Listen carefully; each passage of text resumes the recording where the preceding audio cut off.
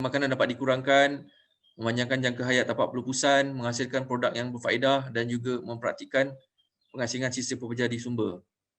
Dan ini adalah konsep kompos yang kita katakan tadi. Okey, kita masak, kemudian makan dan ada makanan yang tidak habis. Dan makanan yang tidak habis itu kita menggunakan kaedah ini Bokashi ataupun EM dan juga kita gunakan kaedah Takakura tadi dan kita jadikan sebagai baja untuk kita recycle kembali tanaman kita tu, tanam semula dan dapat hasilnya kita makan, ya. Itu yang kita katakan kitaran tadi. Okey, ini sebagai secara lalu makluman pada tuan-tuan dan puan-puan apa yang boleh dikompos dan apa yang tak boleh dikompos, ya. Okey, kaedah kompos nanti saya boleh kongsikanlah pada tuan-tuan dan puan-puan. Untuk sesi kali ini saya kira insya-Allah nanti kita akan cuba salurkan lagi makluman tentang kaedah kompos pula. Okey, yang ini salah satu contoh baja kompos yang dihasilkan. Okey, yang dihasilkan melalui kaedah kompos lah. Okey, ini contoh bajanya. Okey, selepas proses-proses tertentu, banyak kita dapat manfaat daripada baja-baja kompos yang kita laksanakan. Cili, tomato, memang ada. Contoh yang terdekat yang saya kira besar di Melaka, di Sungai Udang, penjara Sungai Udang, kita memang boleh dikatakan 100% tanaman di sekitar kawasan quarters dan juga penjara Sungai Udang tu kita menggunakan baja kompos yang diproses di kawasan quarters mereka. Okey, jadi banyak ini pun gunakan baja kompos bawang, terung dan sebagainya, kobis, sawi. Okey. Jadi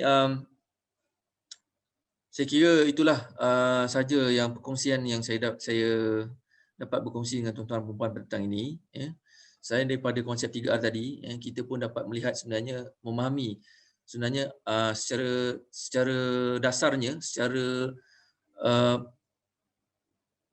orang kata yang asas lah, yang paling asas sekali kita kena memahami sisa pekerjaan yang kita hasilkan. Yang pertama, saya throwback balik semula, sisa pekerjaan yang kita hasilkan, bagaimana kita menghasilkan, bagaimana kita menguruskan sisa pekerjaan yang kita hasilkan tadi, jenis-jenis tadi, bagaimana kita menguruskan, dan kita menggunakan juga konsep 3R yang kita bincangkan tadi, yang kita kongsikan tadi dalam cara kita menguruskan sisa pekerjaan kita.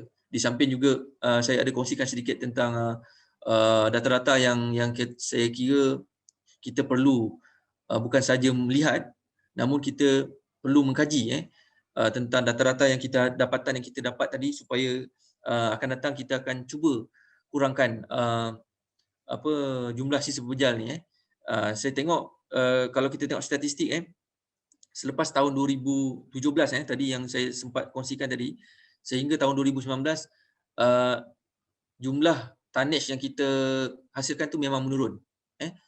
Mungkin disebabkan dari segi amalan bermula daripada 2016 bahawa ke 2020 trend ataupun data yang kita dapati sisa pekerjaan yang kita hasilkan itu semakin menurun yang kita buang di tapak pelupusan. Okey, jadi itu sajalah yang saya sempat ataupun kongsikan dengan tuan-tuan dan puan-puan, para hadirin sekalian di dalam forum pada petang ini, dan saya ucapkan banyak-banyak terima kasihlah kepada pihak penganjur dalam menjemput saya pada petang ini, dan insya-Allah jika ada masa kita boleh berkongsi lagi lah untuk slot-slot yang lain, insya-Allah mungkin pengkomposan kalau kita boleh dapat bersama-sama dengan pihak ITHM kita boleh buat demonstrasi kita boleh tunjukkan demo untuk kita laksanakan bagaimana untuk menghasilkan baja kompos dan oleh itu saya sudahilah dengan wabillahi taufiq wa hidayah. Wassalamualaikum warahmatullahi taala wabarakatuh. Dan tak lupa juga saya mengucapkan selamat hari raya maaf zahir batin kepada semua peserta ataupun tuan-tuan dan puan-puan yang berada dalam forum petang ini. Terima kasih. Terima kasih diucapkan kepada Encik Mozairi bin Yahya di atas perkongsian yang sangat bermanfaat sebentar tadi. Seterusnya, kita beralih ke sesi soal jawab daripada peserta.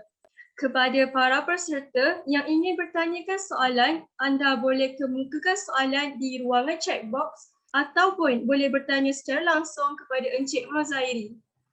Diminta Khairul Nisa untuk membacakan soalan-soalan yang ditanyakan oleh para peserta di ruangan chat box. Okey, Assalamualaikum.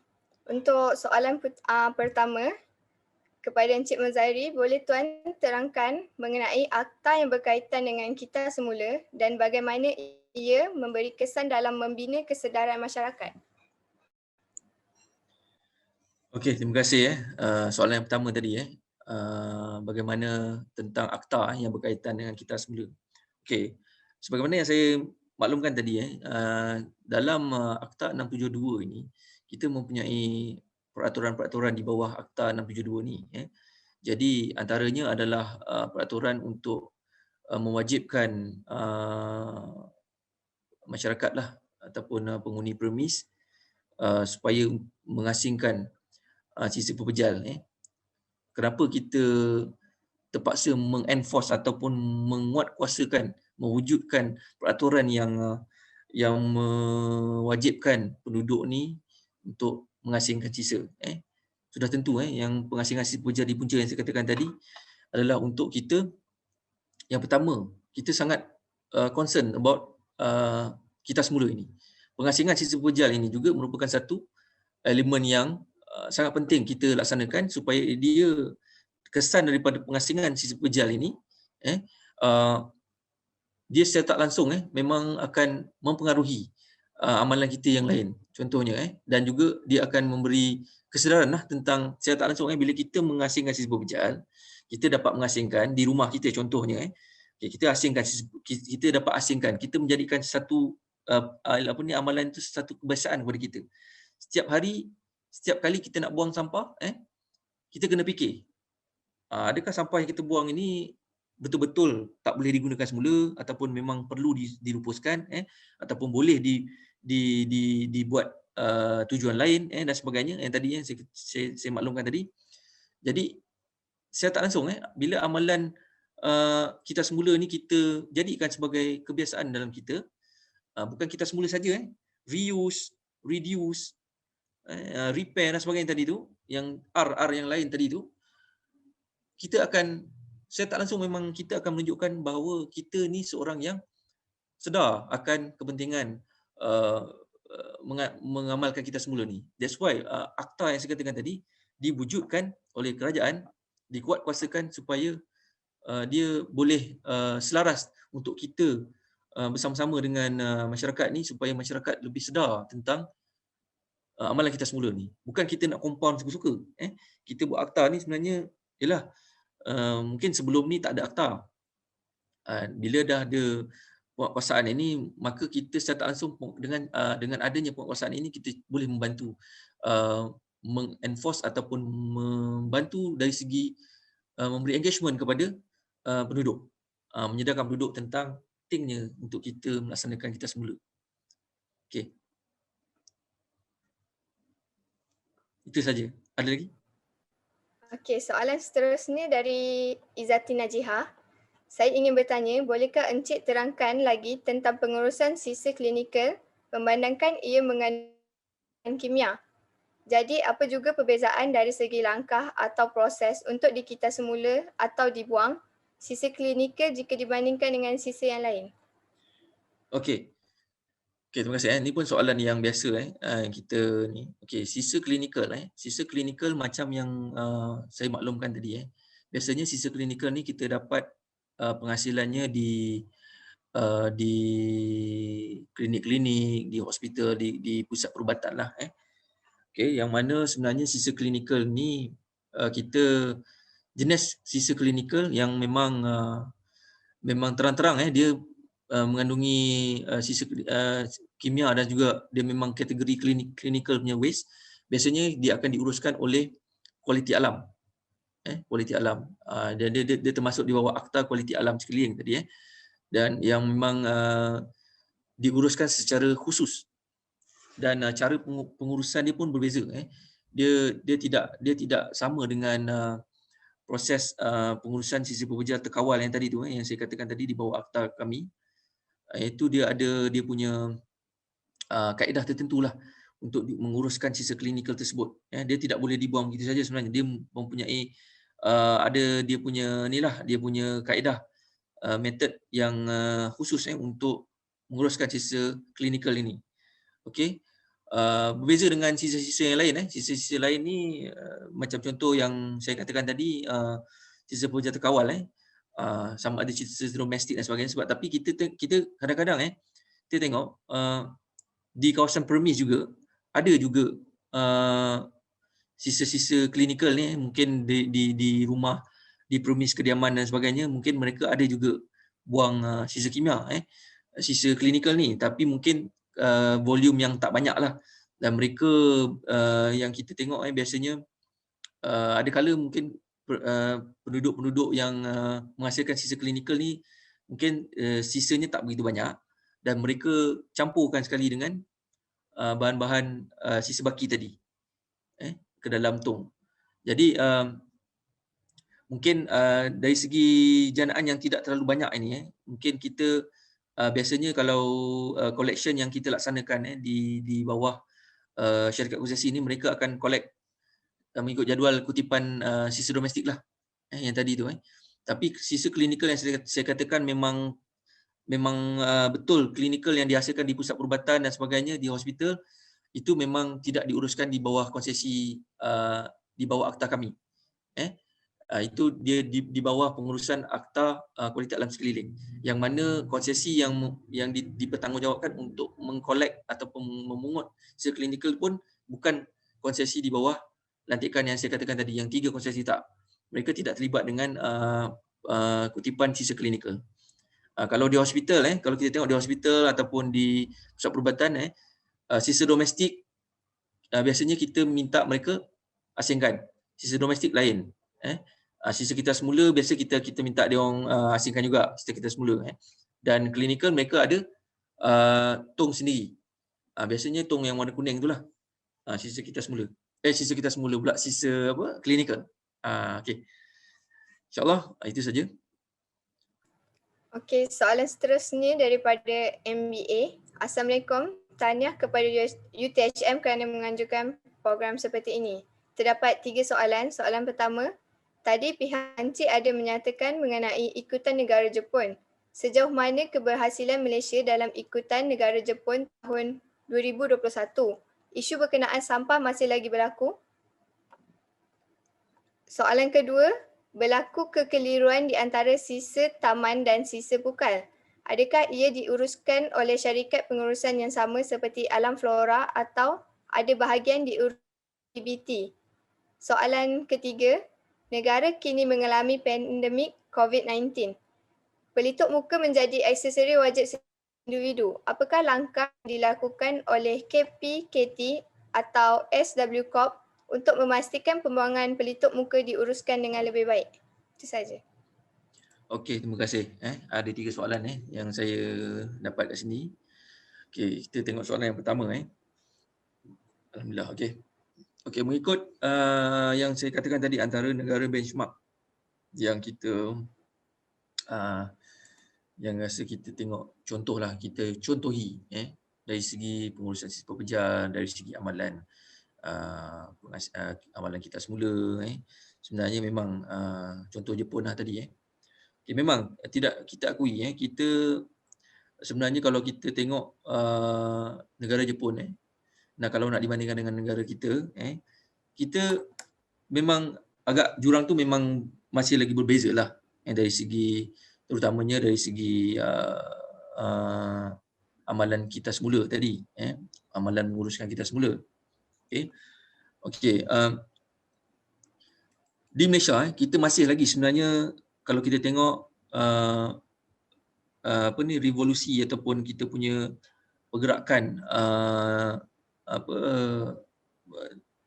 kita punya tahap kesedaran tadi yang saya katakan tadi, tahap kesedaran kita tu masih lagi dalam proses untuk kita meningkatkan daripada persen bawah kepada peningkatan seterusnya, dan kita akan target mengikut tempoh-tempoh yang kita laksanakan.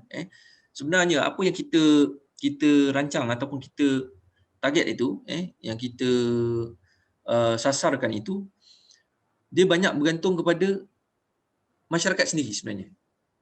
Mungkin dari segi usaha-usaha daripada pihak berwajib, contohnya macam kita buat banyak sekarang bila SW Corp telah pun dibertanggungjawabkan untuk salah satu agensi yang saya tak langsung memang ditugaskan untuk bersama-sama meningkatkan amalan kesedaran awam ni. Jadi kita mengambil langkah yang agak banyak, banyak promosi-promosi dan juga engagement yang kita laksanakan. Antaranya contoh tadi trash to cash, waste to value food no waste, amalan buang sampah dalam tong sampah. Kita banyak sebenarnya, kalau tengok di Facebook kita dan sebagainya, di laman web kita, sebenarnya banyak kempen-kempen yang berkisar tentang amalan kesedaran awam ni yang kita laksanakan, daripada infografik dan sebagainya. Banyak. Okey. Kita ikutan yang saya katakan tadi, memang yang pertamanya kita melihat itulah kesedaran itu. Kesedaran dari segi pelaksanaan untuk menguruskan sampah tu. Kita semula tadi yang kita semula reduce tadi. Kalau di Jepun kita tengok di kawasan bandar mereka, tong sampah pun tak ada. Susah nak cari tong sampah. Yang ada bukan tong sampah, yang ada adalah tong kita semula. Itu yang kita sangat kagum melihat bagaimana masyarakat di sana mindset mereka boleh melihat kita semula itu sebagai satu amalan yang saya rasa memang lazim, dah sangat menjadi kebiasaan. Itulah yang kita laksanakan. Sekarang pun amalan kita semula punya tahap kesedaran kita ni sekarang masih lagi 30%, 31%. Contoh. Jadi kita sasarkan dalam tempoh 5 tahun. Kalau kita tengok mungkin dalam tempoh setahun, 2021, 2022, 2023, mungkin kesedaran tu kita dapat lihatlah mungkin ada kenaikan sedikit, tapi kita memang sasarkan kita akan capai 40% ataupun lebih sehingga 2025. Sebab kalau kata contoh kita tengok pengasingan sisa pekerjaan yang kita kelaskan untuk kita asingkan sebanyak 3 jenis tadi. Kalau kita tengok, kita tak minta banyak asingkan, kita minta 3 je jenis. Plastik, kertas dan lain-lain. Okey. Termasuklah sisa baki. Sisa baki 4 lah, di maknanya 4 lah. Okey. Sisa baki pun kita dah educate, maksudnya contoh apa yang dimaksudkan dengan sisa baki. Kita dah terangkan bagi contoh, inilah contohkannya sisa baki. Okey. Sisa kita semula yang 3 tadi tu, plastik. Okey, kenapa kita minta asingkan plastik? Sebab kita senang recognize plastik. Kita senang kenal plastik. Senang kita nak mengenal sisa plastik ni. Okey, kertas pun kita senang untuk recognize kertas, kenal kertas. Jadi sebab tu kita minta, kita sasarkan, kita engagement dengan masyarakat, kita minta asingkanlah 2 ni yang wajib, yang kita tengok memang senang kita kenal, kertas dengan plastik. Kemudian yang lain tu kita sasarkan, itulah logam, aluminium, kaca, contohnya. Jadi kita mohon ataupun kita sasarkan itulah 3 kita dapat asingkan. Kalau macam di Jepun saya tengok, mereka sudah sampai tahap mengasingkan sampai 13 jenis jenis yang boleh disita semula kan, diperincikan. Itu memang kita cuba tengok dia punya tahap sebegitulah. Namun di Malaysia ni kita masih lagi ikutkan apa yang kita sasarkan tadi. Kita minta lah masyarakat untuk asingkan mengikut jenis-jenis yang kita dah tetapkan tadi. InsyaAllah bila dah jadi biasa itu, memang kita akan membantulah dari segi amalan kita semula dan juga pengasingan ni. Itulah yang kita sasarkan. InsyaAllah kita akan datang, memang kita akan dapatlah, kalau tak ikut 100% macam Jepun pun, at least orang kata dapatlah seiring dengan apa yang dilaksanakan oleh Jepun lah. Memang kita kalau ukurkan dia, memang jarak tu memang berbeza lah. Jepun mungkin 30 tahun yang lepas mereka pun dah pun mengamalkan kita semula. Namun kita bukanlah kita duduk saja, kita follow, kita buat engagement dan sebagainya, kempen secara berterusan. Kita anggap kempen ini bukan sekadar kempen semata-mata, jadi dia sebagai penerapan kepada amalan kita secara berterusan. Okey, soalan yang kedua, berlaku apa tadi, sisa taman dengan sisa bekal. Maksudnya soalan dia tadi diuruskan oleh syarikat pengurusan. yang sama Okey. Sisa pukal dan sisa taman. Yang pertama kita dah tahu recognize apakah itu sisa pukal, apakah itu sisa taman. Okey. Jadi pengurusan syarikat ataupun pihak yang menguruskan sisa taman ataupun sisa pukal tadi tu, okey, seperti alam flora ataupun bahagian yang okey. PBT sekarang ni mereka sebenarnya dari segi sisa pukal dan sisa taman ini, okey. Sisa taman kita boleh nyatakan sisa landscape. Okey, sisa landscape yang berskala besar, okey, di taman-taman, contohnya tumbuhan-tumbuhan yang di bahu jalan dalam kawasan taman, okey, ada tumbuhan-tumbuhan di bahu jalan yang ditanam oleh pemaju. Okey, apabila taman tersebut diserahkan kepada pihak PBT, okey, maka tumbuhan-tumbuhan yang berada dalam kawasan taman itu adalah menjadi tanggungjawab PBT untuk menguruskan tumbuhan tersebut. Okey, itu sebagai sisa landscape. Contoh juga macam taman-taman landscape yang ada di kawasan kita ni, itu bawah tadbiran PBT. Okey, jadi PBT masih lagi ada kuasa untuk, masih lagi ada peranan untuk menguruskan landscape. Okey, landscape, potong-potong landscape, pokok-pokok bonsai yang ada dekat roundabout dan sebagainya itu, yang itu masih bawah PBT lagi. Diuruskan oleh PBT di bawah Jabatan Landscape. Okey. Okey, manakala sisa pukal tadi, sisa pukal yang saya katakan tadi contohnya perabot, sisa pukal sofa, tilam dan sebagainya yang dihasilkan oleh owner premise, penduduk dalam taman, okey, penduduk dalam taman yang menghasilkan perabot mereka yang dah tak boleh guna tu, yang dah tak boleh pakai tadi, tapi kalau boleh pakai make sure repair, jangan tak repair. Okey, kalau boleh repair, kalau tak boleh lagi barulah dilupuskan. Bila istilah dilupuskan itu ikutlah jadual yang saya katakan tadi. Okey, ikut jadual kutipan sisa pukal. Setiap taman, biasanya taman perumahan akan ada jadual seminggu sekali. Keluarkan sisa pukal anda tu, letakkan di kawasan yang tak mengganggu lah tadi dan akan diuruskan oleh syarikat konsesi. Kalau di Johor Negeri Sembilan Melaka biasa diuruskan oleh syarikat SWM Environment. Kalau di Kuala Lumpur, Putrajaya, Pahang, okey, itu semua tu bahagian tengah alam flora. Kalau tinggal kat Kedah, Perlis, itu idaman. Mereka akan menguruskan sisa pukal yang penduduk tak gunakan lagi lah, yang penduduk nak buang tu sisa pukal. Okey. Dia tak sama dengan kawasan kilang kawasan industri, okey, biasanya dia tak ada biasanya sampah kawasan industri ini diuruskan sendiri oleh kilang itu sendiri. Mereka perlu lantik kontraktor berlesen yang boleh collect sampah dekat industri dekat kawasan. Jadi mereka kalau ada sisa pukal kilang yang nak buang, itu mereka kena panggil kontraktor lain. Bukan alam flora ataupun SWM tadi. Okey. Sisa kebun ataupun sisa taman yang dihasilkan oleh penduduk taman. Okey, pokok bonsai dekat dalam halaman rumah kita, kita potong-potong-potong, sisa yang sisa potongan tu, yang itu masuk dalam beg plastik, letak di tepi tong. Nanti orang SWM angkat. Yang itu bukan PBT angkat. Itu tak termasuk dalam sisa landscape. Sisa landscape adalah sisa landscape yang pokok-pokok yang berada di luar, yang di luar ataupun di taman-taman awam yang ada tu, itu PBT buat. Okey, soalan yang ketiga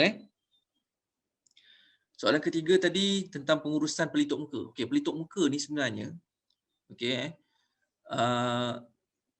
dah banyak bila mana pandemik kita ni maka banyaklah sisa pelitup muka. Sebenarnya kalau kita tengok ada pengurusan pelitup muka kita ni pada saya ni ada contoh pelitup muka okey. Okey, kita ada cara bagaimana nak pelitup muka. Yang pertama kita tengok, kalau nak tengok yang lebih senang, dekat dalam Facebook kita pun ada perbadanan scroll lah, ada kaedah bagaimana nak menguruskan pelitup muka. Okey, kita kena lipat. Okey, yang penting masukkan dalam plastik. Ikat dengan elok. Okey. Ikat, masuk plastik. Okey. Yang itulah. Okey, kemudian sekarang ni pelitup muka pesakit-pesakit COVID. Kita sekarang ni ada dua lah yang kemungkinan berlaku. Yang pertama pelitup muka yang kita pakai seharian ni lah, yang kita dah pakai. Okey, lepas tu pakai sekali, 2 kali ke sekali, buanglah. Buang yang tadi saya katakan tadi. Kalau boleh lipat seeloknya, lipatlah seeloknya. Kemudian ikat, masuk dalam plastik. Okey, buang. Yang pelitup muka ni kita tak boleh kita semula tau. Yang ini kita letak je di bawah sisa baki. Melainkan kalau fabrik. Kalau yang kain, cucilah. Cuci. Yang ini tak boleh cuci. Yang tak boleh cuci ni tak boleh kita semula. Yang ini kita masukkan dalam kategori bahan kotor. Bahan kotor kita uruskan seperti mana sisa baki tadi. Sisa baki tadi masuk dalam plastik, kemudian masuk ke dalam tong. Okey. Okey, untuk yang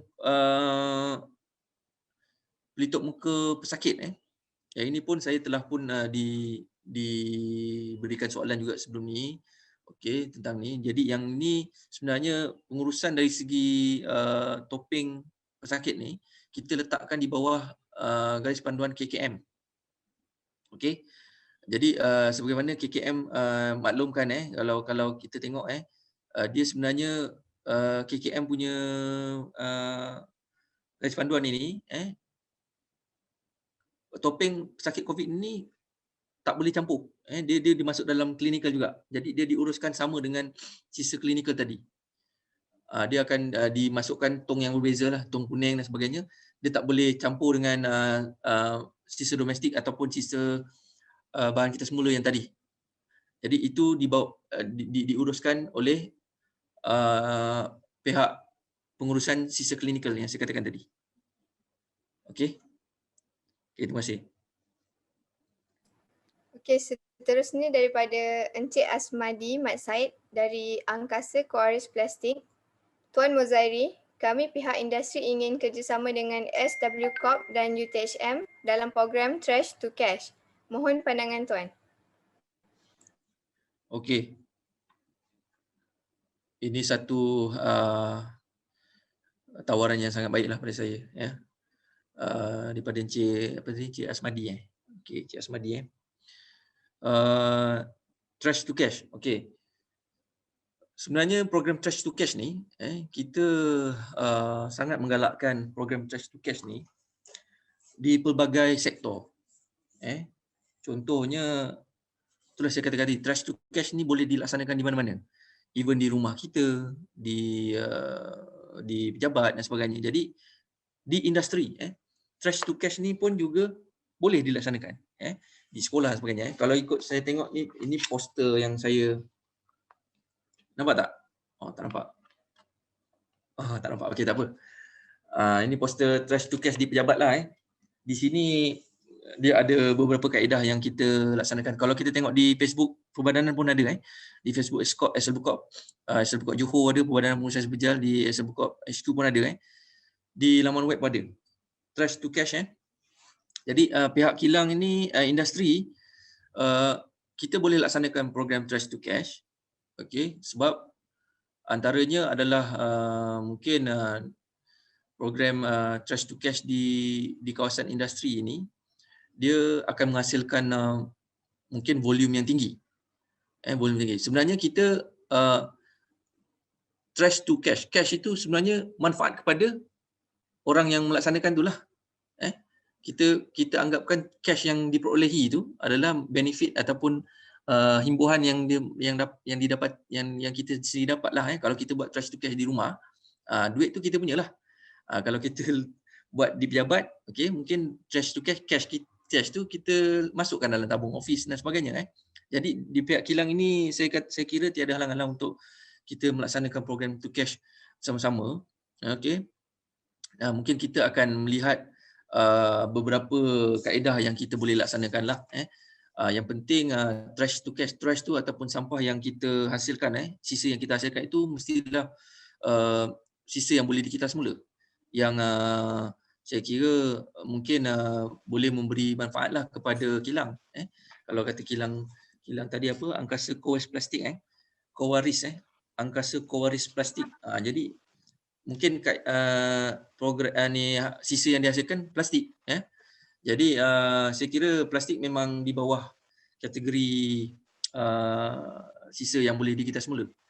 Dan saya kira bolehlah untuk kita laksanakan program trash to cash ni di pihak industri, terutamanya industri yang banyak menghasilkan sisa-sisa yang boleh dikita semula. Ini merupakan satu proses ataupun usaha yang baiklah. Kalau boleh industri-industri ini bolehlah melaksanakan program-program trash to cash ni di pejabat mereka, di bahagian-bahagian, di semua bahagian lah di industri ni. Jadi sama-samalah kita manfaatkan, insya-Allah. InsyaAllah Encik Asmadi. Ya, boleh saya tambah sikit tak? Ya, boleh Encik Asmadi. Maksud saya bukan saja di kilang saja. Kami in fact nak buat di community. Ya, especially yang plastik tu kita nak. Sebab kita buat recycle resin. Jadi kemudian tahun ni kita nak buat produk-produk lah, downstream lah. Jadi saya rasa dengan buat program trash to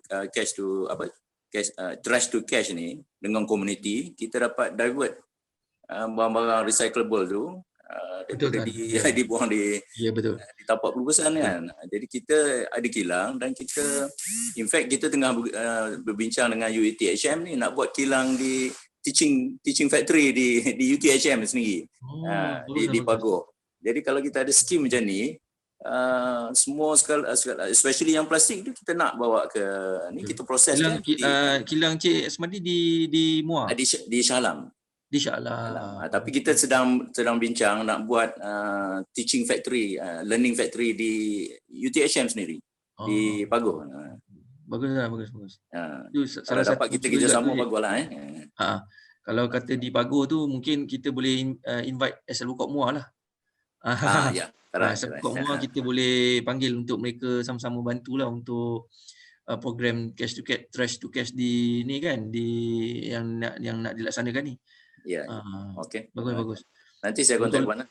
Kebetulan pun kita ada program, kita ada projek Taman Inspirasiku. Taman Inspirasiku ni kita lantik ataupun kita pilih peringkat pertama ni.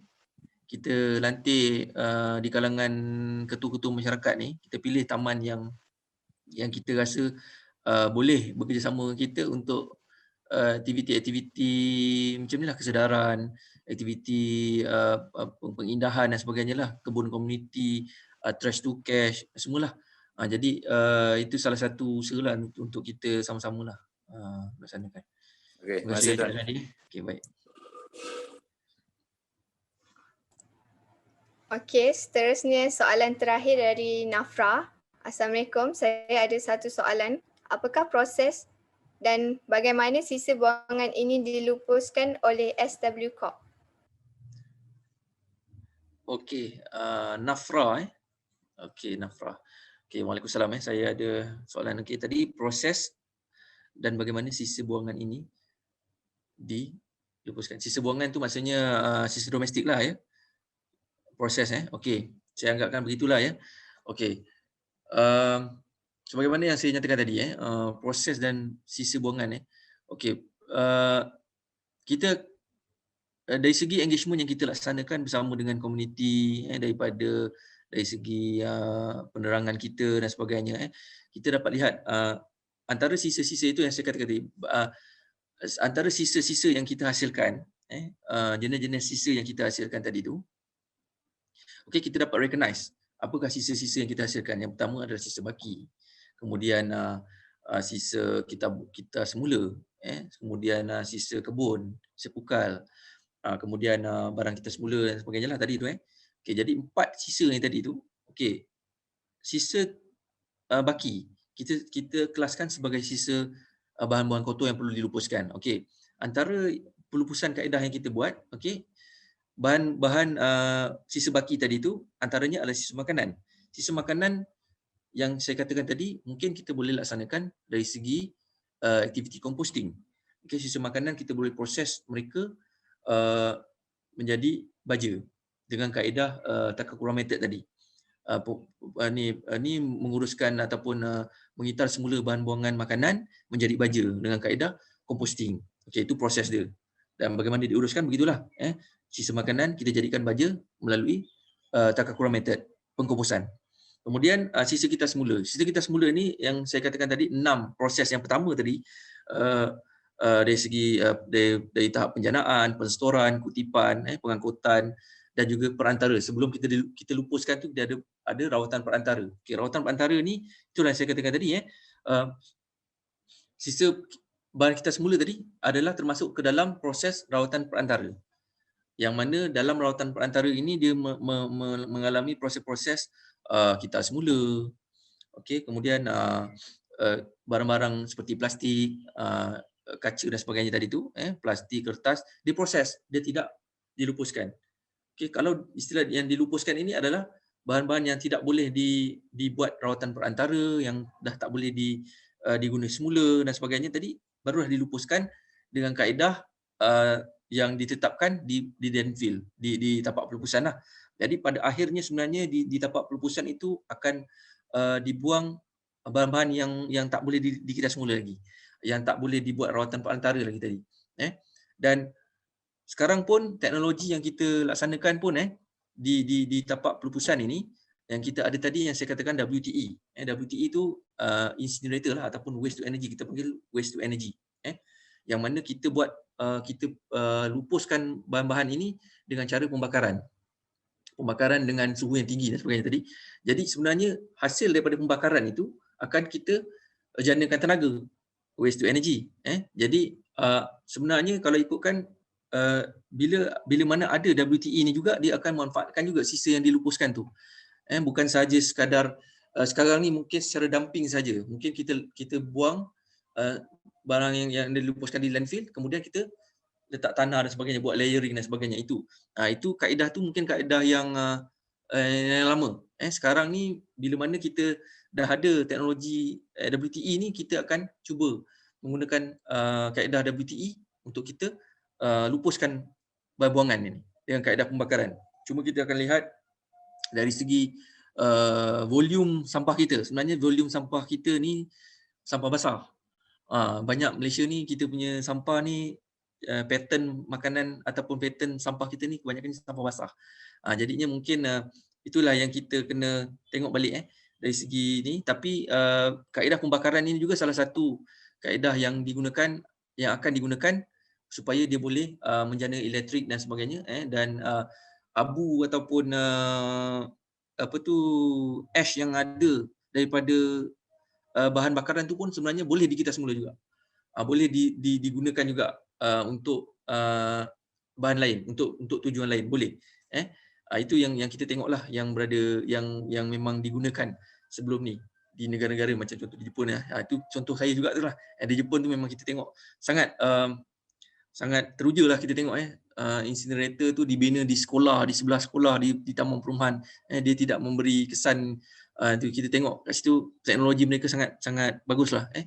Jadi insya-Allah saya harapkanlah kalau kata jadi, memang jadilah insya-Allah di Batu Pahat tu. Di Batu Pahat ni akan ada di bina WTE selepas kita siapkan tapak pelupusan sanitary Bukit Payung tu. Insya-Allah kalau ni kita akan buat WTE, kita akan dapatlah implementkan kaedah yang saya katakan tadi dengan kaedah bakar dan sebagainya. Mungkin saya tak pastilah di UTHM rasanya mungkin ada mini incinerator, saya tak pasti. Mungkin ada dibuat mini incinerator. Saya tak berapa confirm lah. InsyaAllah saya tengok nanti di Batu Pahat lah, di Pahit Raja tu. Okey, jadi itulah yang saya katakan tadi, proses dan juga bagaimana bahan-bahan ini dilupuskan. InsyaAllah. Terima kasih.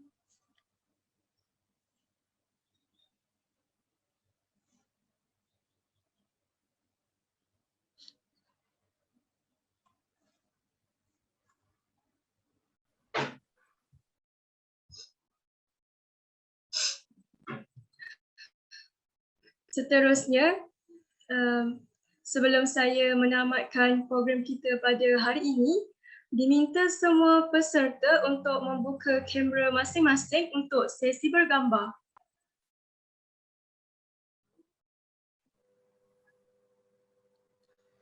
Jadi, Assalamualaikum.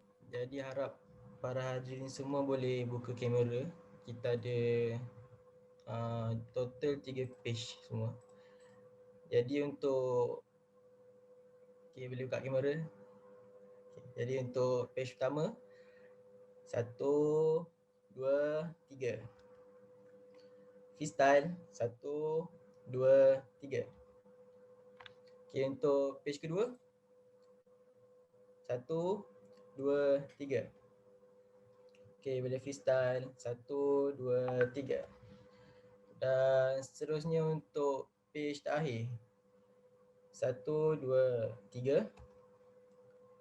Okey, freestyle 1, 2, 3. Okey, itu saja. Terima kasih semua.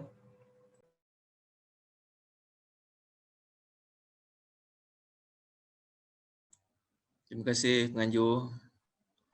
Terima kasih doktor. Terima kasih. Hadirin sekalian, setelah sesi bergambar sebentar tadi, maka tamatlah program kita pada hari ini. Semoga webinar hari ini dapat memberi manfaat dan dapat digunakan sebaiknya. Semua peserta diingatkan untuk mengisi borang kehadiran yang diletakkan di ruangan chat box. Majlis mengucapkan ribuan terima kasih kepada Encik Mozairi bin Yahya, penolong pengarah kanan Penguatkuasa Negeri Johor, SW Corp Cawangan Batu Pahat selaku panel jemputan kita pada hari ini. TS Dr. Abdul Fatul Hakim bin Zulkifli, Timbalan Dekan Akademik dan Antarabangsa, Prof. Madya TS Dr. Nur Syuhaila binti Muhammad Sunar, Ketua Jabatan Teknologi Kejuruteraan Awam, Prof. Madya Dr. Nur Hasina binti Hashim, Pensyarah Kursus Alam Sekitar dan Pemeliharaan, Prof. Madya Dr. Tuan-tuan, puan-puan serta hadirin sekalian, kerana sudi meluangkan masa untuk menyertai webinar pada petang ini. Akhir kata, sentiasa patuhi SOP dan elakkan aktiviti sosial jika tiada keperluan bagi membendung penularan wabak COVID-19. Dengan ini, program diakhiri dengan tasbih kafarah dan surah Al-As.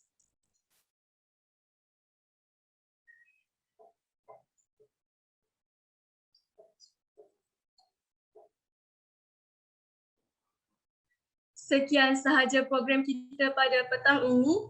Saya mohon maaf sekiranya ada sebarang kekurangan dan tersilap bicara sepanjang program ini dijalankan. Wabillahi taufiq wa hidayah. Wassalamualaikum warahmatullahi wabarakatuh. Stay safe, stay healthy. Waalaikumsalam warahmatullahi wabarakatuh. Terima kasih semua banyak. Terima kasih. Terima kasih doktor, terima kasih penganjur. Terima kasih semua. Terima kasih semua. Terima kasih doktor. Terima kasih semua. Selamat Hari Terima Raya. kasih Cik Mozairi. Terima kasih sama-sama. Terima kasih Cik Mozairi.